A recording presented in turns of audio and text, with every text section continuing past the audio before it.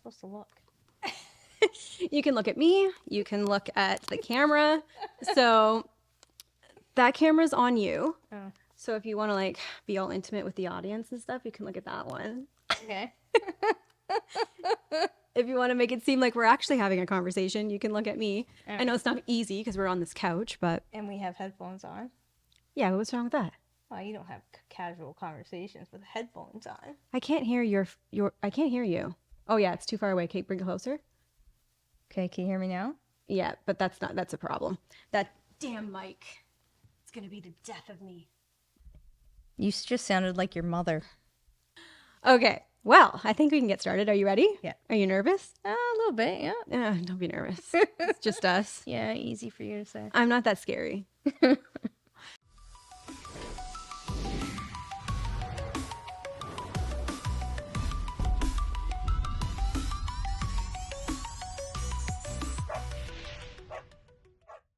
All right, everyone, welcome back to the Talk Your Tail Off podcast. I'm your host, Vanessa, and today's guest is my cousin, Mary. Hey. Hi. Thanks for coming. Yeah, thanks for having me. Mary is on the podcast today because she runs her own business, obviously woman-owned, and we love to have that on this podcast. So I'll let you introduce yourself, Mary. So my name's Mary Reinhart. I was born and raised in Niagara Falls, Canada, and I'm the owner of Nurse. Nurse is an aesthetic and holistic clinic located across from Zara's on Morrison Street in Niagara Falls. We specialize in Botox, pain-free laser hair removal, IV vitamin drip, urinary incontinence treatments, and erectile dysfunction. And it didn't start there. So where did it start? What was your first service? Well, my journey started when I went back to school after a divorce. I became a nurse. I worked on the floor for a couple of years. Prior to that, I worked in the hospital in a different department, not related to nursing at all. I became a nurse. I worked on the floor, and then I went up to the operating room because that was my goal. When I was doing my perioperative course in Scarborough, another nursing course was there. And I had actually walked on break. I went to Tim Hortons, and there was a bunch of nurses that were in the cafeteria. And I asked them, hey, what are you guys doing here? And she's like, well, we're nurses. And I'm like, well, we're nurses too, but you're not in my class. So she started telling me about the aesthetics course there. I went and checked it out, finished the perioperative program. I became a perioperative nurse. And then I took another course at that time for pain-free laser hair removal, and then eventually expanded. I also do platelet-rich plasma injections, so that regrows your hair if it's injected into the scalp. It rejuvenates the penis when you're having erectile dysfunction. It helps heal scars, and it rejuvenates the skin, so it's great for collagen production. All right, before we go any further into, moving on from divorced, figuring out your life, how to support yourself and your children, can we rewind back to like when you were a little kid? Sure. Okay, so tell me who Mary was growing up. Oh, Mary. It's funny. Well, you're too young to remember, but I recalled 9-year-old Mary Reinhart last night. My son pulled up this video, which made me think of another video, and it was Simon in the Land of Chalk Drawings. And I actually pulled it up and I showed it to him and I listened to it, and it just transported me back to a little girl. I used to like to color. I had a dog named Misty that was just everything. I had a pretty good childhood. I mean, I can't complain. My parents were married over 30 years. They showed love in the home. There was never any kind of violence or any events that I can trace back to that impacted me somehow. I was very independent. Naturally, my parents worked. My mother immigrated here from Italy. My father was firstborn Canadian. Hard work ethic in the home. I spent a lot of time with my younger brother. I taught myself how to ride a bike. I taught myself how to swim. I was always motivated. If I wanted to do something, I was going to do it. And I found the way to do it. So very carefree. I like to play soccer. And I didn't really have any, goals. Some kids, they're like, when they're growing up, I want to be a scientist. Or I didn't have any of that. It wasn't until my predicament and my situations throughout my later years in life, my early adulthood, that I had to make decisions that would greatly impact me and my children for, basically the rest of my life and maybe even the next generation to come. Well, I became a mother when I was quite young, and I also had my last child much older. So I will tell you that being a young mother, I had tons of energy. Oh, so much energy compared to the last child. So like the first child, it was like we would pull up to the Niagara Square and be like, race you to the door. We get in a pool, race you to the deep end. I had so much energy. Being an older mother, not so much. It's like, oh, you want a drink? Okay, give me one second. Because I gotta mentally prepare myself to get out of my comfort, my comfort in my spot. So being a young mom was great. He inspired me to do more, to do better, to be better. And because you want to give that to him.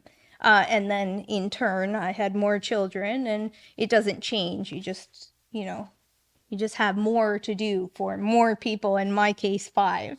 So, I have 5 people watching me, 5 people looking up to me. So, you have to make it. You can't disappoint. You said that you didn't have any aspirations as a kid to become something. Like you didn't have a job that you wanted, but I think that you always wanted to be a mom. Yeah, but if you would have told me back then I would have had 5 kids, I would have told you were nuts. You think so? Oh, yeah. No, it was never like, but once you get past 3, like you have your first child and it's great. You're young, you've got tons of energy, you get your second, okay, cool. Third child, spins you, just sends you for a loop. After 3, you could have 20. It's no different. So why not? It's kind of how I feel about my dogs. It's just it. That third one. If you can get past that third one, I mean, you have no choice. It's just like, well, you might as well. Well, you're still young enough to have them, because then you reach this magical age where you can't get past that, right? You're just too old. So. Yeah. So working as a floor nurse, I worked in palliative care for a while, a couple years, while I was doing my perioperative program. And, when I would have time and sit with my patients and, because we were always understaffed with nursing. It's not a new thing. We were always understaffed. But, I would sit with them and get to know them, especially if they've been there for a long time, and talk to them. And, a lot of them would talk about their life regrets. They're at their end stage of life. They're not doing well. And, they need someone to talk to. So I think the number one complaint or regret that they had was that they wish they didn't work so much. Number 2 would be they wish they traveled more. And a lot of them said they wish they would have had more kids. More kids. More kids. Did anyone ever tell you they regretted having kids? No. No? No, they wish they had more. So I have that covered. You definitely have that covered. Ding, ding, ding, across the board. Yeah. Well, the people that said they wish they had more kids, did you ever encounter a lot of people that had kids that didn't show up for them? Absolutely. And in the flip side of that, you had patients who had kids and probably grandkids who never came to visit. And when unfortunately they would be dying, and I was the one holding their hand, and I was the one, letting them know it was okay, and that, you can go, and I'm here. And it's so sad because this person at one time or another, you would imagine, had a family, and you wonder, like, where is everybody, So yeah, it was sad. It was sad in palliative care, and that's when I, really started to launch the business. I was working in the operating room, and I was focused on, building the business. The business will be 8 in March. If we go back when you mentioned that you had your first child when you were young, I'm sure at that time when you were pregnant, you were probably pretty scared about what your future looked like. Or I would be, at least. I don't know if you were. I wasn't scared. You weren't scared at all? No, I couldn't wait for him to come. I couldn't wait to see what he looked like. I couldn't wait for anything. It was a great experience for me, but it could have been very different if I didn't have the support system. Yeah. Even fast forwarding to being 31 years old and going back to school, and at this point in my life having 4 kids. If it wasn't for the support I had then, it wouldn't have been easy. I had grandparents' support first and foremost. If it wasn't for the grandparents, I don't even know how I could have even been able to accomplish it. You know, one grandmother dedicated a couple nights a week to saying, okay, Mary's got classes, we're going to take the kids. Another grandmother committed. I mean, the grandfathers too.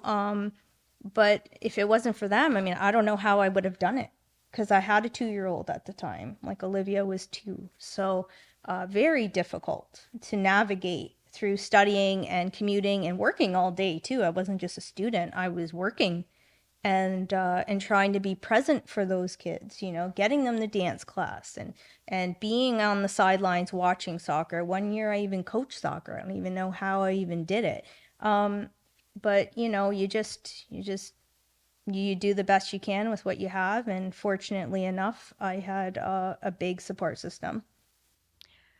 Now let's rewind a little bit because you said you went back to school after a divorce. So at what age did you go back to school? I was 31.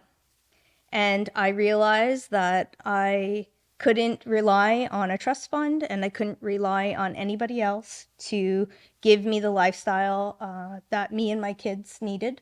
So I took back my power and I went back to school and I made sure I was never ever in that position again of vulnerability, that I had to support the kids no matter what. And the divorce is what triggered it. When you chose to leave your marriage, obviously you were unhappy and then you had to go and pursue this life for yourself. What helped you to make that decision? Because I'm sure it's not a decision that you made overnight.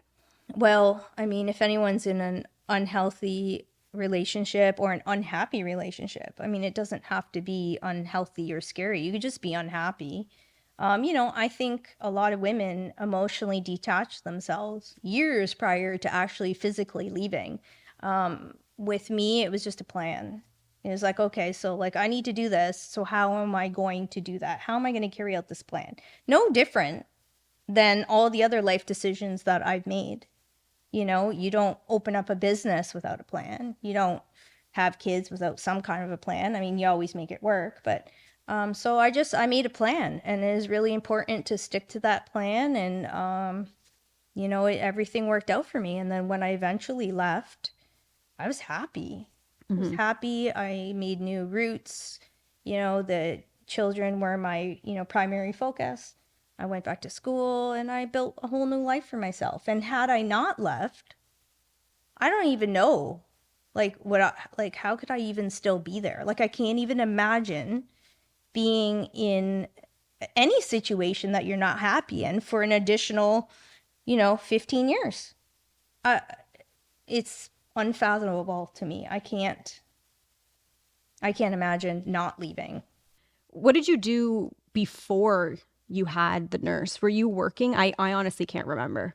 I was too young, I think. I was self-employed for a while. We had that mall, Maple Leaf Village, so I owned a store there called Purple Haze, but then the entire mall had shut down. I ended up getting married and I was a stay-at-home mom. So while you were a nurse, you were also an emergency room nurse, correct? Or did you like fill in for people when they... So I was a palliative and long-term care nurse, and then I was perioperative, so I was in the operating room. Right. So I worked in the OR, and that's when I started aesthetics. So I was just like this constant student. Once I started, it just started this momentum. I just achieved and finished one course and then started another and another and another. Why did you choose to go from being in the operating room to doing aesthetic nursing? Well, I had this aha moment. A light bulb went off over my head when I was at the college, because she's like, you know, we're doing aesthetics. I was like, oh, because my whole career, my whole goal was to be in the hospital. I kind of had tunnel vision. I really didn't explore any other ideas or thoughts. I wanted to be an operating room nurse. That was my goal. So I got all the floor work and all the experience and the course to achieve that. But then I thought there's another way. There's another way. There's a different way. I can do both. I could do one and then do the other. I could do them both. I could do them both and then go back to school and do something else. I could just wash my hands of all of it and do something completely different if I want, because it's my story. Okay, so you left though. You were no longer an operating room nurse. You left and now you're running your business full time. Right. I was an operating room nurse with running my business for about 5 years. I'm time is just blowing my mind. When you were giving me these numbers, it doesn't feel that's why when I sent you a lot of the questions to ask you, I was like, I don't know what the time frame is Yeah, of five all of years. this. I juggled both for 5 years. And then when I hit year five, it was time to hire. So I hired and I time leveraged and I made my family primary again. So, there's certain circumstances where, family is secondary and there's nothing you can do about it. I had to work and I had to supplement my income because the business hadn't taken off yet, and I missed stuff. But again, going back to the plan, you recognize something and you're like, okay, so how do I get back there from here now without moving backwards? You're still, that momentum's still moving forward, but how do I make family primary again? How do I put any emphasis on me? Who am I? Because you're so lost with everything else that's going on that, you're secondary as a mom, as a nurse, so it took a plan. How am I going to achieve this? So I actually hired a business advisor and she was fabulous. She spoon fed me and, just told me what to do and how to do it. She actually gave me the plan. She just outlined it all for me and made it really easy.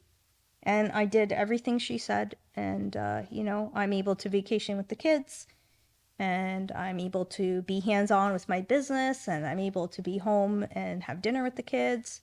And I can, have a good balance of everything right now, but it wasn't always this way. No, there was a time where you were working like a mad woman at the same time that I was working just as much, but I did not have 5 children. So that's a big difference. So I remember we would text each other and be like, you would say, like, I know you understand. And I would say, yes, I understand. And then you were able to cut back and actually start enjoying your life at the exact same time, pretty much, that I was able to start cutting back and enjoying more of my life. Yeah. So it's funny how that all happens, but it is I think the best advice I can give for anybody in business is like, you do have to grind to get there. Oh, yeah. You can't expect to open up a business. A lot of people I find open up businesses, hire a bunch of employees, think that their employees are going to run their business for them, and then their business goes downhill because they're never there. When you start out, and this is just my opinion, but when you start out, like, you need to be the person. You have to do everything. You have to, whether it's a client facing business, book your clients, be there for work, get your equipment, clean up afterwards, sterilize. You have to do all of that until you start to build that business. And then once it gets to a certain point, then like you said, 5 years down the line, you were able to start hiring people. And now you can maybe sit back a little bit and let your employees start doing a lot of the job. But you have to work to get there. It's not going to just come to you. Oh, you have to do the work. And it's not just first year, it's second year and third year and fourth year. I mean, I still do the work, but it's just not as intense. It's not as demanding as it was first year. But if I didn't do all that and lay that groundwork out, I would never be where I am. There's no way. It's like another child. It's like, this is my baby. I've made it. It was like my creation. That business is a reflection of me. It's branded around me. It's me. So to hand that over, I had to be ready for that. I couldn't just be like, oh yeah, here you go. First year, it just can't be done. Fifth year, it was possible. It's hard to start giving other people the power to be in control of certain things. Yeah. It's not an easy decision. You bounce back and forth, like, are they going to be as good as I'm going to be? Are they going to treat my clients as good as I treated them? Are they going to book things efficiently? Are they going to sanitize properly? There's so many things that go through your mind, and you're worried, is this business going to slip through my fingers because I'm giving a lot of responsibility to somebody else? It's hard to do. Yeah. Is there going to be continuity? Or is my staff going to be as good as me? Yeah. You want everyone to have that same experience every time they come. Like, when they come to my clinic, it smells beautiful. It looks beautiful. It's calm. Everyone's friendly. I want you to come to nurse and I want you to feel like family. And we want to make a difference. We want to help you. right? And no different than helping somebody who's in the hospital. I want to help people on a different level, on a different scale at Nurse. And that's what we've been able to achieve, you know. I have older clients who, you know, or even younger, who laugh and pee, cough and pee, lift and pee, jog and pee. I have clients who wake up in the middle of the night to pee. I have clients who are, you know, you get to an airport and they're already seeking out the closest bathroom because they know they're not going to make it. All those things affect your quality of life. So if you can come in and sit on our device, if we can strengthen your pelvic floor, we can change that for you. We can make it better because, you know, there's alternatives to surgery. And that's just one of the things we do at Nurse. But just to even feel like a little perk me up, and, you know, you don't ever have to shave again, or, you know, you want to just soften up your face because, you know, there's signs of aging. We have treatments for that, and everybody's happy. Everybody loves coming. Why don't we talk a little bit more about the specific treatments? Because I'm sure there's a lot of people that have not gotten these treatments done that maybe have questions. And who better to answer those questions, I guess, would be you. So I started off with laser hair removal. It's pain-free. It uses 3 wavelengths to evacuate the hair. It doesn't take long, probably 10 minutes to do both lower legs, a couple minutes for upper lip. By the way, face is my #1 service. So a lot of women are embarrassed to talk about facial hair. You know, you don't go to work and talk about how you shaved your upper lip before you came in. It's my most popular service. So to get your upper lip done, it's 5 minutes. To get your chin done, it's 5 minutes. Everything's clean. It's properly disinfected. You have a nurse administering energy safely, effectively. You feel comfortable, you know, and then it works. So in a year down the road or 10 months down the road, you don't even think about shadowing on your face or what you're going to look like in pictures or how embarrassed you feel when the sun hits your face and people can see the hair. So laser was my first service. Then we went on to platelet-rich plasma injections. So that's when you take the blood from the vein, you spin it in a centrifuge, you take it back at a concentrated level, and you put it back into the skin.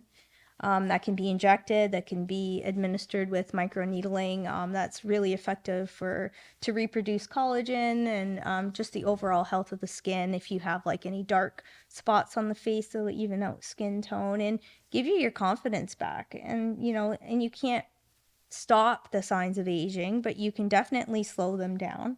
Botox is great too. You know, you just a few little pricks and, you know, you're good for 3 months and all the fine lines and wrinkles disappear. And they're doing a study on Botox about depression. And because the brain can't, so what happens is the brain thinks you're happy because you can't frown. So it's That's interesting. interesting. So yeah, so you can get a little added bonus, a little side effect, if you will, of just, you know, feeling a little bit better. A lot of people are doing preventative Botox now. They're getting it when they're quite young. And I've seen a lot of things online. I have no idea if any of this is true, of people saying, you know, you shouldn't get preventative Botox because if you stop using those muscles, you're going to compensate and you're going to use other muscles and you're going to get fine lines in other areas that you typically wouldn't get them. And I don't know if any of that's true, but what's your opinion? Well, I mean, I didn't have Botox personally until I was older, but you're right. There's a whole new younger generation that's want it with that exact idea. So, you know, again, it's their story. If they feel that they're going to benefit, maybe even just feel happier from having it, then we provide that service. You know, we have men doing it. I joke that it's called Brotox. So lots of guys come in there and, you know, and get injections too. And, you know, I'm not there to really, you know, I'll do health teaching, but at the end of the day, they want it. So, you know, we administer. We're a little conservative on our injections. You know, we don't overdo it. It's a gradual process and let the client determine if they want more next time versus, you know, oh God, you know, that's a lot. And maybe not do it again. Okay, one of the last topics I want to touch on is during the period of time where you were growing this business, I don't know if you had started the business already or not, but you experienced a traumatic loss and you still had to continue on with your life. Tell me what that was like, or for somebody else who has somebody in their life that is experiencing grief on that level. what would you tell them, to like maybe words of advice of how to properly care for the people that you love when they're grieving? Well, I mean, first of all, I didn't see it coming, just like everybody else, it's likely, right? You don't see it coming. You get sidetracked, and the grief. You can read. I've read so much on grief, and the best way I can describe it, like it's been described before, is like when the grief first hits, you're swimming, you're in waves. You're in this choppy water, and you don't even know where land is. Really, you're just treading, and then the tidal waves come, right? First year, second year, and eventually you learn to navigate through that water. You get through it, and you don't get over it by any means. You're always in the water. You're always there, but people are there with towels, and you know that the tidal wave is coming. So you do your best to navigate. What I didn't really realize that during my grieving process, which was astronomical. There's no words to even describe it. But during that grieving process, you're grieving that primary loss, right? It's that loss, and there's nothing else beyond it, because you're swimming. You can barely tread water some days. But then when you get out and you've been hit by multiple tidal waves and you dry off for a bit, you'll go back in, but you have the opportunity to dry off. You realize that there's a secondary loss. So now you've realized, like, holy, I've been in this funk for, and you can't even put a time limit on it, because, they say the first year is most intense, but then the second year is pretty bad too, because now you're at the realization that, like, okay, so yeah, so now it's not just like, okay, it's the first anniversary and you're over it. It's going to be a second and a third and a fourth and a fifth, and for the rest of your life. And now you're realizing, like, holy moly, shock's wearing off, and this true extent is really starting to settle on you. For me, third year was actually really bad as well. It wasn't until the fourth year that I started to just come to a little bit more. But then you realize I have secondary losses. Like, you don't remember. Did I even like take the kids to see Santa? Did we go on a vacation? Did I cook? Did I go to parent teacher interviews? And then I can scroll through my phone and go, no, I did all this in survival mode. I was completely not present, but there's nothing you can do. Like, that sun, it rises with or without you. And you just got to get on board, and you have to do your best. And some days are worse than others. Some days are really bad, and some days are okay. And eventually the goal is to have more good days than bad. And first, second, third year for me, and it doesn't mean that it's carved in stone, right? Other people can say the first year is the most intense and they started to feel better. Or, you have people who are in sixth year and still felt comparable to me in second and third. But then you just start to get on board and you start to be present, a little more present, and that's the goal, to have more better days than worse. And that sun's going to rise with or without you, and you got to go, especially if you have other kids, because they deserve a mom, right? They deserve to have those childhood memories. They deserve a mother that's present. So that's my advice, is just, and support. You need support, if it wasn't for my family, who was also grieving, because it's not just my loss, it's, the whole family lost. You just have to be there for each other, even if it was someone dropping off food, knowing that I didn't want to talk about anything or look at anyone, or like leaving wine. Wine was really good. You just have to do what you have to do to survive, and eventually, you'll be okay. You'll be okay. So for somebody that is trying to care for somebody that's grieving, what would you say were the most comforting things for you from other people? Just presence, just to have someone just sit there. Are there things that they should or shouldn't say? Everybody's different, right? Everybody grieves differently. For me, it was just like having everyone present. You know, um, friends who never left. I've read it described as like having this big party, right? And then you're left with the mess. Everyone's gone and you're just cleaning up this disaster, this never-ending mess. Because a lot of people get that support, you know, during the death and the funeral, and then eventually they just start to dwindle. You know, the check-ins become less often, and the food doesn't get sent anymore. And it's not because, like I'm hungry all the time. It's just I'm not functioning at a level where I can actually think of cooking anything, actually, never mind going to the grocery store. And it's funny because I would go to the grocery store and we would be out of milk. And this is a true story. And I'd say, okay, I'm going to go get milk today. I'm going to get milk and I'm going to get like sugar, like 3 items. That's it, 3. So it would take me 2 days to just write down a list. I didn't need a list for 3 items, but I did because I wasn't functioning. So I would take my list and I would get to the grocery store and I would just look at the handle and I'd be like, okay, so pull the handle, Mary, pull it.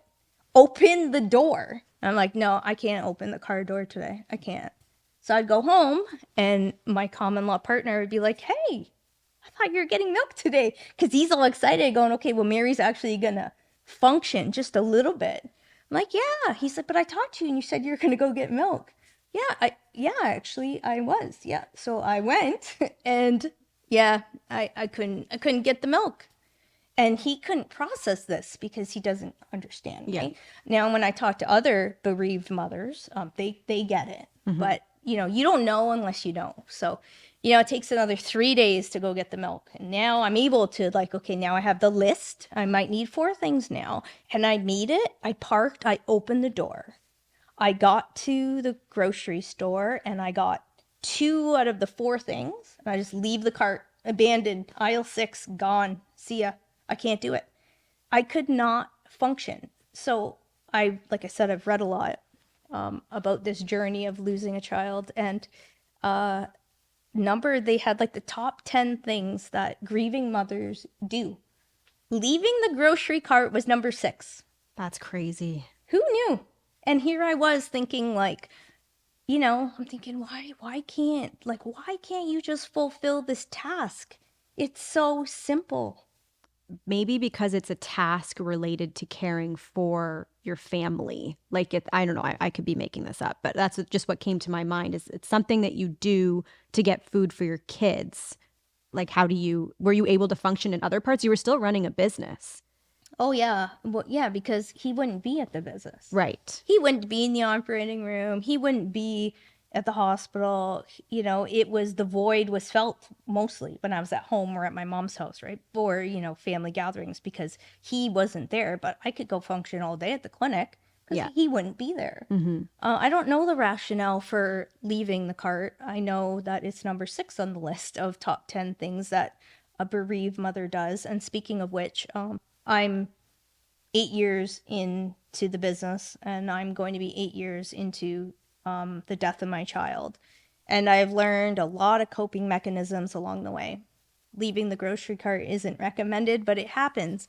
So with this experience, if you will, of this journey of loss and trauma and grief, I want to give back to the community to help other bereaved parents. So not so much just mothers, just parents. And so I'm starting the first Sunday of every month. It's called Heal and Shift. And it's a space at Nurse in the back, a space where we can all just get together and we will have topics. 1 week we can just talk about my kid, how much we all miss our kids. Another month we can talk about coping mechanisms. Another month we can talk about secondary loss. There's so many things that we can talk about, and I noticed that there's nothing in the community to help anybody. If it wasn't for accessing online, I don't know what I would do. I meet with bereaved mothers and we go for lunch, and we'll sit down and I'm like, so how are you? She's like, I'm shit. I'm like, yeah, I'm shit too. So what are we gonna have? And we eat and we share and we experience that almost a comfort in a way, because she understands me, or they understand me much more than someone who's never experienced the loss. So I want to give that back. So those are going to start at the clinic in January, and it's going to be just very casual, 1 hour. You can talk, you can listen, you can sit, you can stand. I'll have, some finger foods, and I'm hoping that, I can make a difference in another way that doesn't involve nursing. It's from a different perspective, but still being able to make a difference. Because the truth is I crawled on broken glass to get here. Mm-hmm. You did, and you still persevered through everything. And I can't relate to your pain. Not only because I've really truly never experienced that level of grief yet, and everybody does at some point in their life. But also because I don't have any kids. Mm-hmm. So it's hard for me to relate. So I think that it's really beautiful to do that, to host that, because people, you're right. I've never heard of anything like that. And it is something that people need. I just think being able to relate to somebody that's going through something similar as you, no matter what that looks like in any way, is always a validating feeling. Like, you reading that about the grocery cart probably made you say, like, oh my God, I'm not the only person that did this. And you need to feel that sometimes to make yourself feel like you're normal, or what you're going through and the things that you're doing, they're not unique. Yeah. Like, it's a typical reaction. Who knew? Yeah. And then with my other bereaved mothers that I meet with, they've left the cart too. And it's just like, oh, okay, well, I'm all right then. You have that validation that you're not like, just, I don't know, out in left field and doing these things that are just completely off key. It's actually quite typical, but who knew? I took all my grief and whatever I didn't avoid, I channeled into the company. All that pain I channeled into what was going to work. Like, you have to direct it somewhere. And some people direct it in an unhealthy manner. They'll stay in bed, and that's okay. I was in bed too, and they'll drink, and yeah, I'm guilty. I drank some wine. But there comes a point where because that grief is just love. It has nowhere to go because that person's gone. So you have to take it. You have to take that energy, and you need to channel it somewhere else. You need to make it work in a way that will enhance your life. And in my case, it was my business. So, bad day, I go for a jog and I go to the clinic and be like, okay, what do I need to do? And it's not that it made me feel better. It just gave me a place to channel it. And it's hard to really describe how that was done, but it was done. And I can really attribute a lot of my success, crazy enough, because of the grief. Mm-hmm. Because I was so determined and I was in so much pain that making and helping, helping people feel better made me feel better. And growing the business and being so motivated and determined because I just processed that pain and put it into my company. And I don't even know exactly how I did it, but that's what I did. And it's going to be a lifelong journey for me. Well, on behalf of your entire family, we are all extremely proud of you. Thank you. And what you built is truly amazing. And anybody that's from the Niagara region, check out her business, Nurse. Is it Nurse? Is it just Nurse? It's Nurse, Aesthetic and Holistic Clinic. Okay. I go there too, so. Yeah, we just added, actually, I just launched medical. So I private nursing at home. So there's a shortage of nurses. Doctors are overwhelmed. So if you need something like medication administration or a patient transfer to a hospital, or if you need wound care or help with your meds, then we actually go to your house and help with that, just to kind of, shorten that gap of where the healthcare is right now, especially when you're elderly and it's wintertime and you just, you need a little bit of a help, or if you need a little bit of a boost, then we can supply that. So we do aesthetic, holistic, medical. There's pretty much nothing you don't do. Yeah. We got it all down pat at Nurse. Well, I think we can wrap it up. I think that was really good. You were so nervous to come on this podcast and you did so well. Thank you, rum and Coke. It was not the rum and Coke. I don't believe it. You spoke very well. You like articulated everything very well. I barely had to ask you questions. You just went off on your own thing. I didn't stutter. No, you didn't stutter. I did touch my face. Yay, me. Are you still nervous or you feel a lot better? Oh, no, I'm fine. See, everybody says that. Everybody that comes on the podcast is so nervous to start. And then once they start filming, they're like, oh, Yeah. this is actually not anywhere near as bad as I thought it was going to be. Yeah, like I've survived much worse. Well, that's what I was thinking. When you told me you were nervous, I was like, this roller coaster of a life Yeah. that you have had is nothing compared to being on like Girl with the Dogs Talk Your Tail Off podcast. Yeah. That will probably get maybe like 5,000 views. So Completely out of my comfort zone, for sure. I don't believe it. You looked very comfortable. Okay, well, I am now. Yeah. Well, you did a great job. I appreciate you coming on. Thank you for having me. Your story was, I hope, it's inspiring to me. And I know it'll be inspiring to others because I think a lot of people are more confused about what to do with their life, or they feel like they won't achieve anything. I shouldn't say achieve anything. They think that their dreams are unrealistic. Mm-hmm. And you were married and then you went through a divorce and left a difficult marriage and went back to school and then, became a nurse. And then, you opened your own business and then you lost your son and you still continued with your business. Like it's not the usual story. Yeah. It really isn't. A lot of people would give up and you did anything but give up. I couldn't. I had 4 other kids watching me. And they're all proud of you too. Thank you. So again, thank you for coming on. Yeah, thanks for having me. I hope you guys enjoyed this episode. Let me know. Actually, check out the description of this video because I'm obviously going to post her business in the description. Also, I think it's really important for people that might be, struggling with loss to go to your meetings.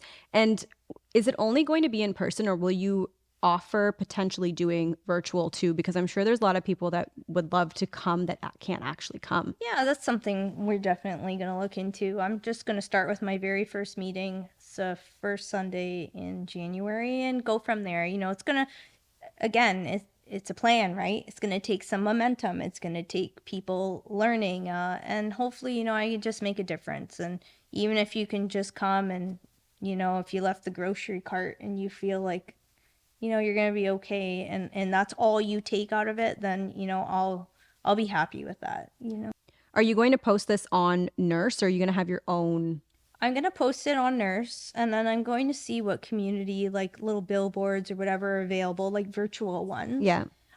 So that people can access it. But it'll just start through Nurse and then the goal is eventually to be its separate little self, but it'll always be held at Nurse. It'll just be a safe space that you can come to and it's beautiful in there. And, we can just heal. We can heal and shift. And that's what you need to do. You need to shift, right? Like you're just, stuck. You're stuck in this darkness. You're stuck in this sadness and all these emotions that are completely foreign because nobody plans on that. It's an out of order death.